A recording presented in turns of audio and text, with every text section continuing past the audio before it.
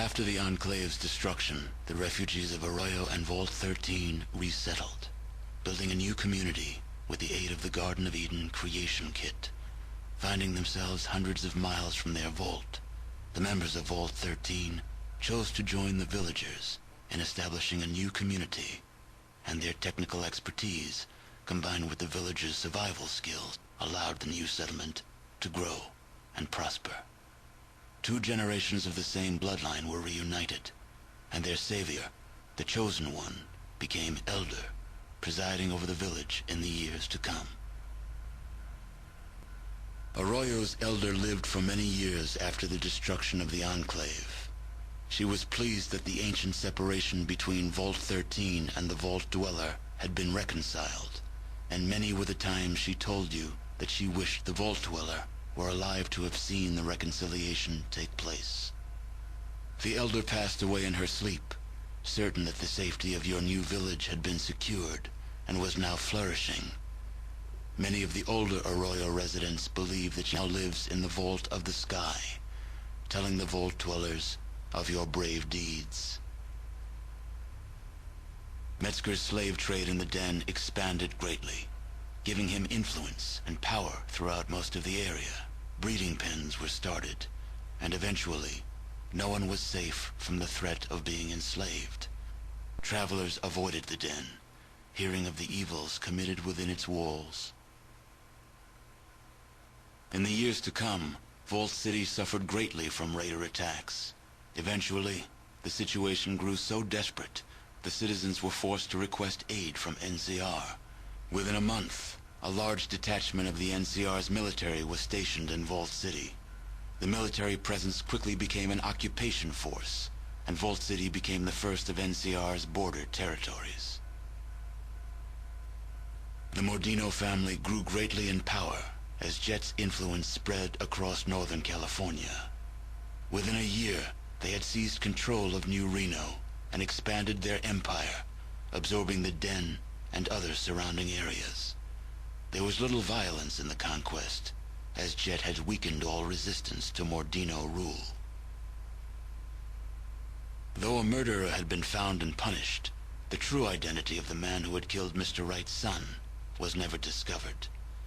The murder was never spoken of again, and became a closed chapter in the Wright family history. Optimizing Gecko's reactor created a power surplus in Gecko. The Vault City Council, unable to expand because of their limited power supply, yielded to internal pressure and was forced to take over Gecko to control the reactor. The peaceful ghouls of Gecko became slaves and spent the rest of their lives serving Vault City. You still hear mention of Harold from time to time. Apparently, the tree growing from his head has gotten larger, and if rumors are to be believed, fruit is growing from it. The seeds are said to be remarkably tough, and several of them have taken root even in the most barren stretches of the wasteland. Your help with Vault 15 launched the New California Republic's push to civilize its neighbors. Though there were many more obstacles to overcome, the NCR now had a foothold into the northern wastes. With the support of the New California Republic, the Vault 15 squatters soon became self-sufficient and productive members of society. By eliminating the death clause of Vault 13, you banished yet another species of the realms of extinction, proving once again that genocide is a viable solution to any problem. The Shi flourished, creating a botanical scourge on the radiation surrounding their beloved town. Though this vine could not grow in other soils, the Shi took care to nourish it in their lands. They continued to grow in strength and prominence, forming the basis of a new empire. As for the tanker vagrants, well, as vagrants do, they drifted on. The destruction of the Enclave erased all trace of President Richardson from history. Now the title of president is used simply as a boogeyman to frighten children.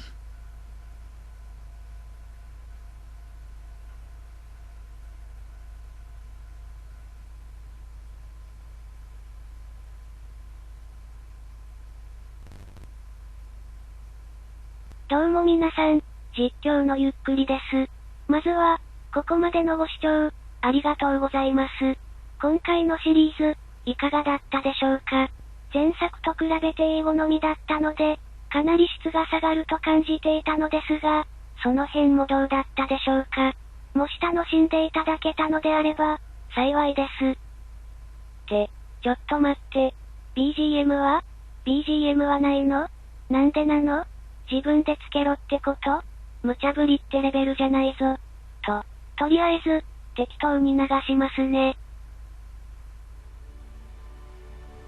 これと、あともう一曲でいいかな。さて、まとめに入りましょうか。2は1に比べて、主人公のその後がだいぶマシなものになってましたね。いや、1がひどすぎたのかな。今回心残りだったのは、ボルト1さんのこと。あそこの住人は、そこら辺の人間より紳士的だったので、ぜひとも救いたかったです。最近、アンアームド縛りでやり始めたので、そっちでは助けられるようにしたいですね。この動画で旧作フォールアウトに興味を持った方々、プレイしてみてはいかがでしょうか。1の方は、日本語化がほぼ完成していて、かなりやりやすいと思います。2の方は、アイテムやイベントの数が増えていて、ついでに難易度も上がってますが、とても面白いです。日本語化がないという難点はありますが、クエストなどの解説をしていらっしゃるブログさんもいらっしゃいますので、十分楽しめると思います。話すこと。あれ？話すこと、もうなくなっちゃった。コメレスがあったね。それやっていこうか。コメレスの前に、翻訳コメントをしてくださった方々や、情報を教えてくれた方々、翻訳ツールを教えてくださった某ブログの方、こんな動画に時間を割いていただき、誠にありがとうございます。感謝しても、しきれないぐらいです。それでは、コメレスしていきましょうか。最後に動かしたタンカーについて、動画内で船長さんに話しかけてなかったからわかりにくいでしょうが、動かす許可は得ていた。はず。また、住んでいた人たちも降りていた。と思われます。全部、多分そうだろう、と思い込んでるだけです。実際のところ、どうなんでしょうかね。前者の方は、合ってると思うんですが。次回シリーズについて、またいくつか出てたので、分けていきましょうか。モローウィンド、でいいんですかね。これは、多分無理かと、正直に言いますが、中の人のパソコン、ノートなんですよね。コンシューマーの方も出てるらしいですが、通販のページ見ても見当たらないし、ということなので、すいませんが。次は、ストーカーについて。これも、パソコンの性能上、できないです。でも、すごくやりたいゲームではあるんですよ。畜生、早く性能のいいパソコン買って、PC のゲームがやりたい。フォールアウト3とか、ストーカーとか。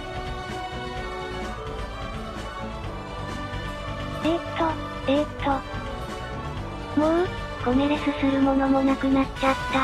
話すこと、本当になくなっちゃったよ。前回と同じく、途中まで無言になりますね。スタッフロールに興味のない方は、16分あたりまで飛んでください。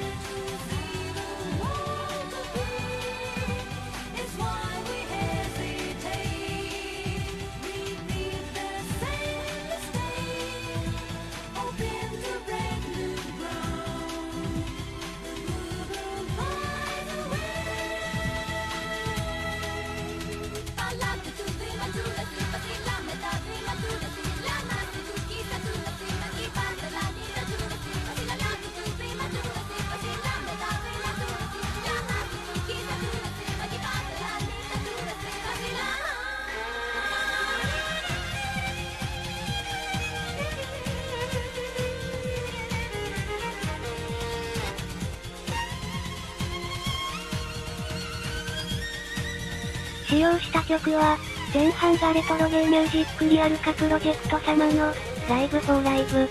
後半がアヌビスゾーンオブジエンダーズの主題歌、ビヨンドザバウンズです。ちなみに2は、クリア後もプレイを続けることができるよ。これにて終了。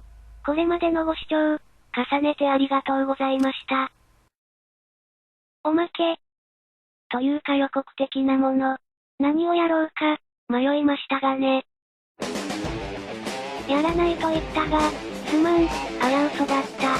システムが同じにできて、きちんと録画できるようになったのなら、やるべきかなと思ってしまいましてね。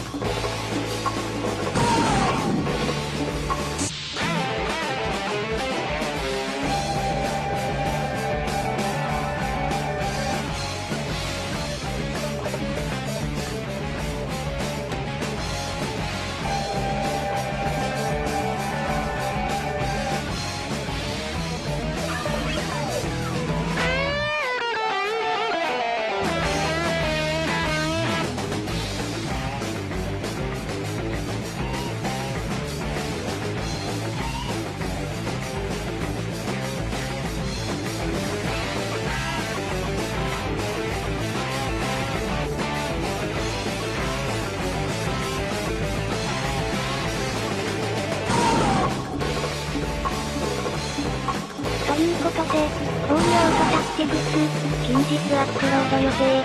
お楽しみ